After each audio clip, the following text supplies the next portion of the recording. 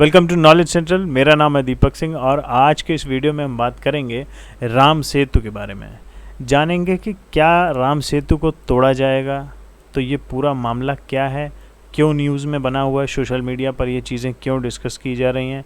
तो जानेंगे इस पूरे टॉपिक को डिटेल में। उससे पहले इस वीडियो को लाइक करें, चैनल को सब्सक्राइब करें और ज़्यादा से ज़्यादा शेयर करें।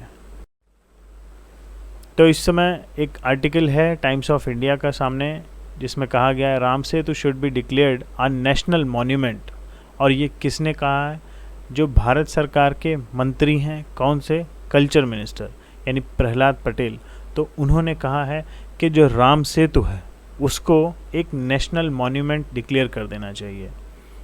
तो डिस्कस करेंगे कि आखिर सरकार का ऐसा पक्ष क्यों है और इस पूरे मामले में यानी राम सेतु को नेशनल मॉन्यूमेंट डिक्लेयर करने में क्या दिक्कतें हैं, क्या उलझनें हैं, उन्हें भी डिस्कस करेंगे। तो सबसे पहले जान लेते हैं कि राम सेतु को क्या खतरा है। उससे पहले मैं बता दूं कि जिन लोगों को लगता है कि राम सेतु, जो जिन्हें मिथ लगता है, जिन्हें विश्वास नहीं है, वो अलग चीज़ है। जो अभी तक इसको डाइजेस्ट नहीं कर पाए हैं वो अलग है, लेकिन जो कम्प्लीटली इग्नोर करते हैं, जिनको लगता है कि मिथ है, तो ईश्वर उन्हें सद्बुद्धि दे। खैर, आगे बढ़ते हैं। A canal has to be built there under the project सेतु समुद्रम। कहाँ बननी है, मैप में देख लेते हैं पहले। तो ये है इंडिया और ये है श्रीलंका। तो अभी जितने भी शिप्स आते हैं, अगर सपोज़ वेस्ट कोस्ट की तरफ से आ रहे हैं यानी अरेबियन सी की तरफ से आ रहे हैं और उनको ईस्टर्न कोस्ट पर जाना है इंडिया के, तो उन्हें क्या करना पड़ता है कि श्रीलंका का पूरा चक्कर मारना पड़ता है और तब वो पहुँचते हैं ईस्टर्न कोस्ट पर, राइट। तो एक रास्ता यहाँ पर ये हो सकता था कि यहाँ तक आते और यहाँ से ये डायरेक्टली दोनों के बीच में से पास होकर ईस्टर्न कोस्ट पर आ जाते। टाइम बचता, ऑयल बचता, काफ़ी रिसोर्सेज बचते।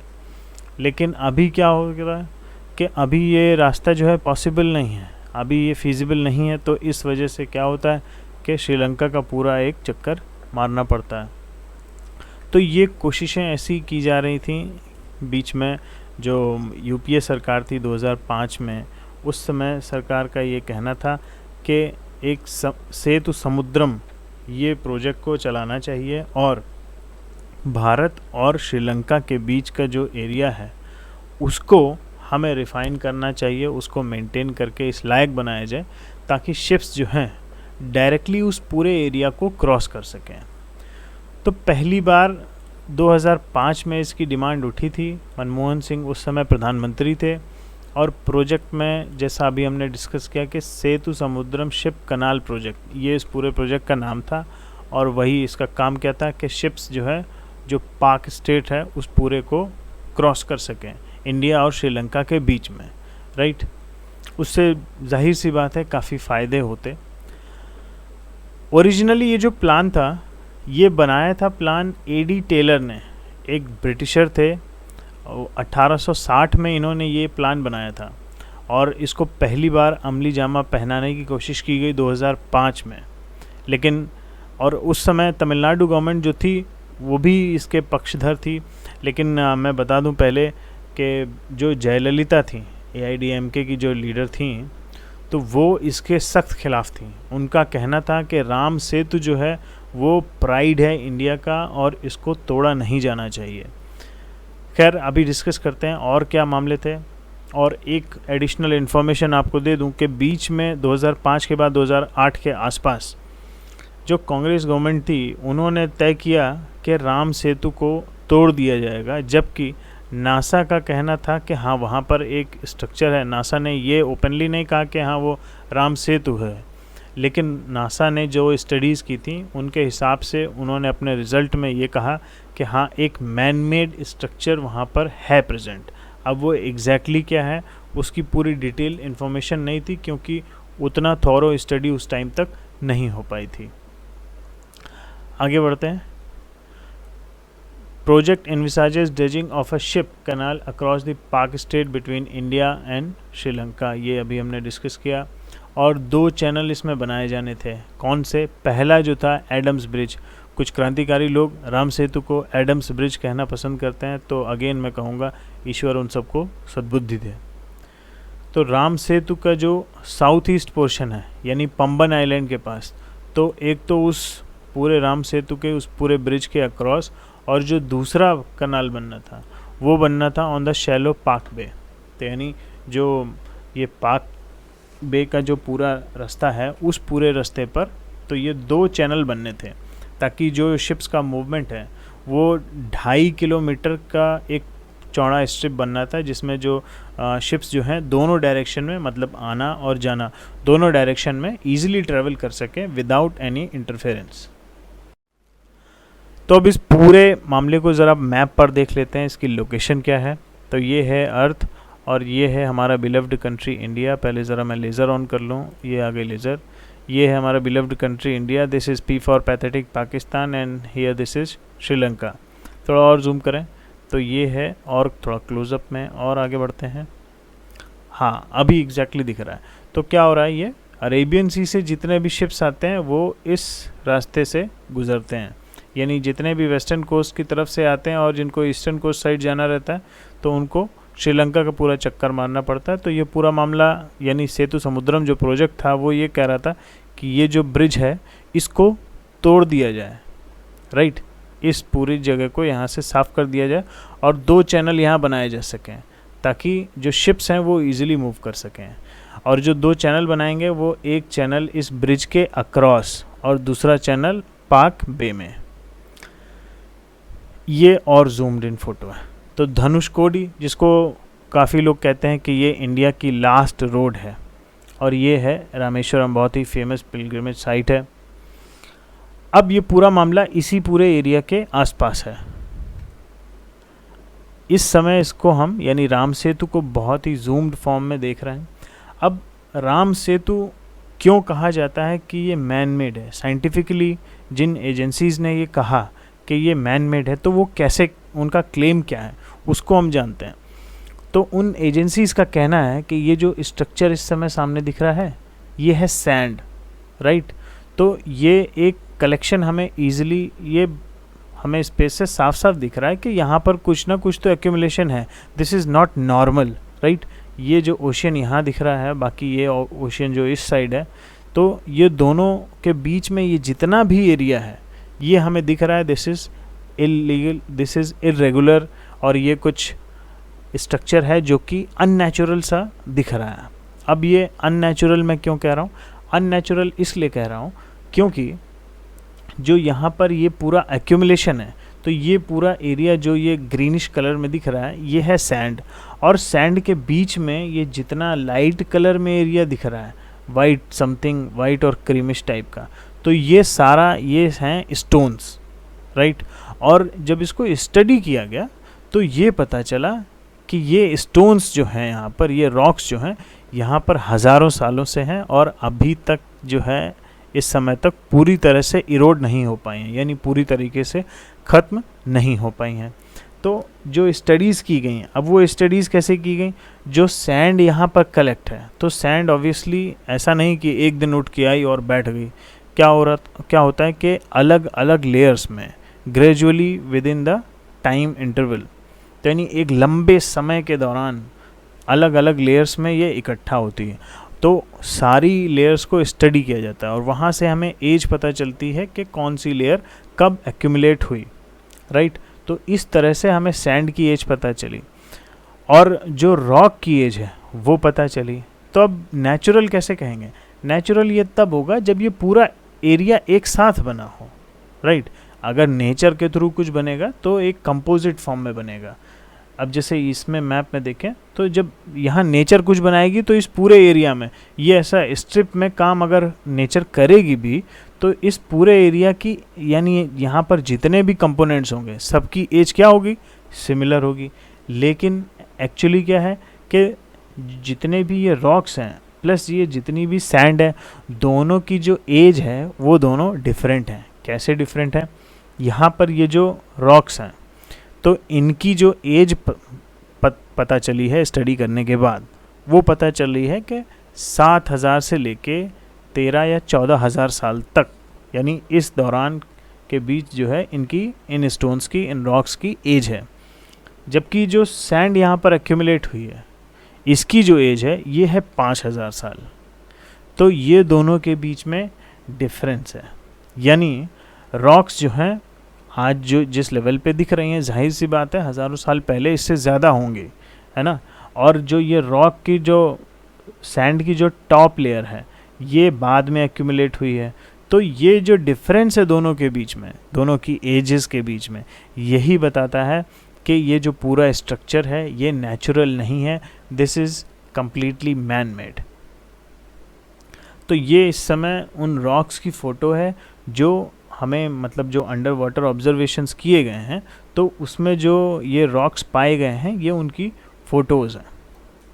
तो कुछ इस तरह से रॉक्स के सैंपल्स कलेक्ट किए जाते हैं, उनको उनका कंपोजिशन स्टडी किया जाता है, उनकी एज निकाली जाती है, जिससे ये पूरा जो भी मिस्ट्री किसी भी एरिया में, सिर्फ राम सेतु के एरिया की बात नहीं है, वर्ल्ड में जहाँ कहीं भी कोई भी सिविलाइजेशन जो अंडर वाटर मिली है, चाहे हम ग्रीस की बात करें या द्वारका की बात करें या मैक्सिको की बात करें, तो जहाँ जहाँ भी ऐसी एंशिएंट सिविलाइजेशंस मिली हैं जो किसी भी पास्ट में किसी रीज़न की वजह से सबमर्ज हो गई हैं, तो वहाँ से रॉक्स निकाली जाती हैं, स्ट्रक्चर्स निकाले जाते हैं और उनकी एज निकालकर उनको स्टडी किया जाता है। तो ये सामने साइंस चैनल का एक ट्वीट है 2017 का। उस समय उन्होंने जो ये राम सेतु है इस पर स्टडी की थी और इस वीडियो को आप यूट्यूब पर देख सकते हैं। उसमें आपको कुछ और इन्फॉर्मेशन भी मिल जाएगी कि कैसे जो ये पूरा एरिया है, ये जो पैच है, कैसे ये जो है मैन मेड स्ट्रक्चर है, दिस इज़ नॉट नेचुरल। और एक और ख़बर इसी से जुड़ी, ASI यानी archaeological survey of India has approved underwater research project. तो इस प्रोजेक्ट का काम क्या होगा? To determine how and when the Ram Setu was formed. यानी आर्कियोलॉजिकल सर्वे ऑफ इंडिया ने एक प्रोजेक्ट को अप्रूवल दे दिया है। किस बात का प्रोजेक्ट है? वो अंडर वाटर रिसर्च प्रोजेक्ट है, जो कि जिसका काम क्या होगा? राम सेतु के बारे में जानकारी इकट्ठा करना कि वो कब बना था, कैसे बना था, तो इन सारी चीज़ों से रिलेटेड जो इन्फॉर्मेशन है वो कलेक्ट करने का काम है। और इसके लिए यूज़ किया जाएगा ये वेसल, राइट। और इस वेसल का इस्तेमाल करके ही ये सारी इन्फॉर्मेशन कलेक्ट की जाएगी। अब कैसे कलेक्ट की जाएगी? इस रिसर्च वेसल के पास ये एक ऐसे कई सारे बॉट्स होते हैं, तो ये इन बॉट्स को पानी में उतारता है। इस वेसल का नाम है सिंधु साधना।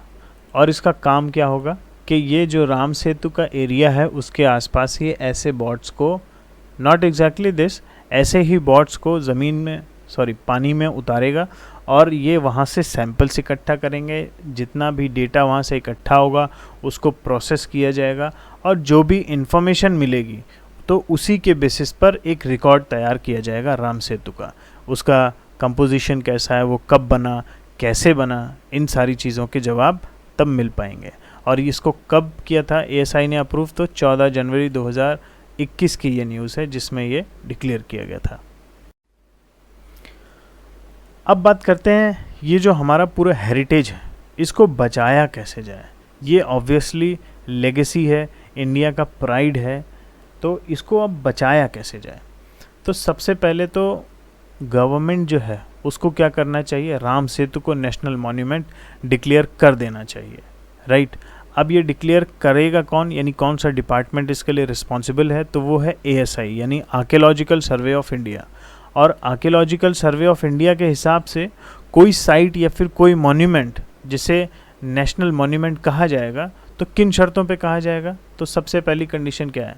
The site should be of national monument, ancient monument, यानी जो भी साइट होगी वो प्राचीन काल से कुछ न कुछ संबंधित होनी चाहिए। दूसरा, रिमेन्स ऑफ एंशिएंट मॉन्यूमेंट, यानी उसके खंडहर, यानी उसके कुछ रिमेन्स जो हैं, कुछ बचे खुचे अवशेष वहाँ पर प्रेजेंट होने चाहिए। तो ये दोनों कंडीशंस जो राम सेतु वो फुलफ़िल कर रहा है। क्यों? पहला कंडीशन क्या है? एंशिएंट मॉन्यूमेंट ऑब्वियसली है, बहुत पुराना है, 7000 साल के आसपास। दूसरा क्या है? रिमेन्स ऑफ एंशिएंट मॉन्यूमेंट, तो ऑब्वियसली वहाँ पर रिमेन्स हैं, अवशेष जो पत्थर वहाँ पर मिल रहे हैं अंडर वाटर ऑब्जर्वेशंस में, तो वो ये दूसरी कंडीशंस को भी फुलफ़िल कर रहे हैं। और तीसरा क्या है? देयर शैल बी फेंसेस और protective covering on the land of the side. अब ये जाहिर सी बात है, जो कंडीशंस बनाई गई थी ये उन सारी साइट्स के लिए बनाई गई थी जो ऑब्वियसली लैंड पर हों। अंडर वाटर किसी भी साइट्स के को ध्यान में रखकर ये गाइडलाइंस नहीं बनाई गई थी, तो इसलिए ये कंडीशन फुलफिल आज के समय में पूरी नहीं हो रही है। तो सरकार को इसमें हस्तक्षेप करना चाहिए, इंटरफेरेंस करे और इन कंडीशंस को जो राम सेतु है उसके हिसाब से फिनिश करे, उसके हिसाब से फाइनल करे। तो क्या करना चाहिए कि ये जो प्रोटेक्टिव कवरिंग वाला क्लॉज है मे भी इसको थोड़ा चेंज कर सकें, मॉडिफाई कर सकें। और इसके बाद क्या है, fourth condition, land shall be easily accessible to the people. Obviously Ram Setu जो है वो लैंड पर नहीं है, अंडर वाटर है, but it is quite easily accessible to the people. लोग वहाँ आज भी जाते हैं, अंडर वाटर हालांकि नहीं जाते हैं। क्यों? क्योंकि जहाँ पर वो एग्जैक्ट साइट है जहाँ हमें स्टोन्स मिलते हैं तो वो 35 से 40 मीटर डेप्थ में मिलते हैं। तो बहुत जो शैलो रीजन है वहाँ पर लोग जाते हैं, ट्रैवल करते हैं, वहाँ पर कोशिश करते हैं इस पूरे एरिया की दर्शन कर सकें, राम सेतु का दर्शन कर सकें, राइट। तो सरकार को इस पूरे मामले को ध्यान में रख के कुछ कदम उठाने चाहिए। और इसके अलावा अगर बात करें तो इसके अलावा सरकार क्या कर सकती है या हम लोग क्या कर सकते हैं अपने इस पूरे हेरिटेज को बचाने के लिए। क्योंकि अगर राम की बात करें तो मुझे लगता है इस पूरी दुनिया में अगर किसी गॉड की बात करें, कोई भी रिलीजन हो, तो मुझे नहीं लगता राम के अलावा कोई और गॉड होगा जो इतना ज़्यादा कंट्रोवर्सी में हो।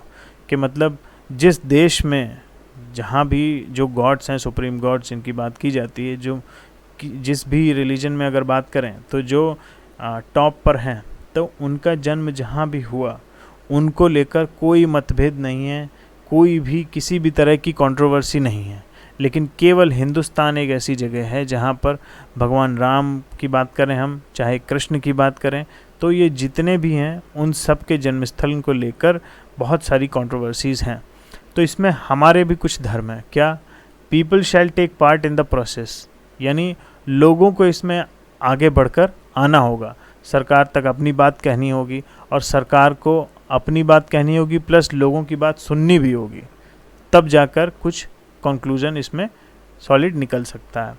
अब इसमें एक खेल सुप्रीम कोर्ट का भी है, क्योंकि तमिलनाडु गवर्नमेंट ने जब इस प्रोजेक्ट को अप्रूवल दे दिया था तो उस समय कई सारे जो एनवायरमेंटल ऑर्गेनाइजेशन हैं उन्होंने पिटीशन डाल दी। उन्होंने कहा कि अगर ये राम सेतु को डिस्ट्रॉय किया जाएगा तो वहाँ आसपास की जो इकोलॉजी है, जो बायोडाइवर्सिटी है, उसको काफ़ी नुकसान होगा।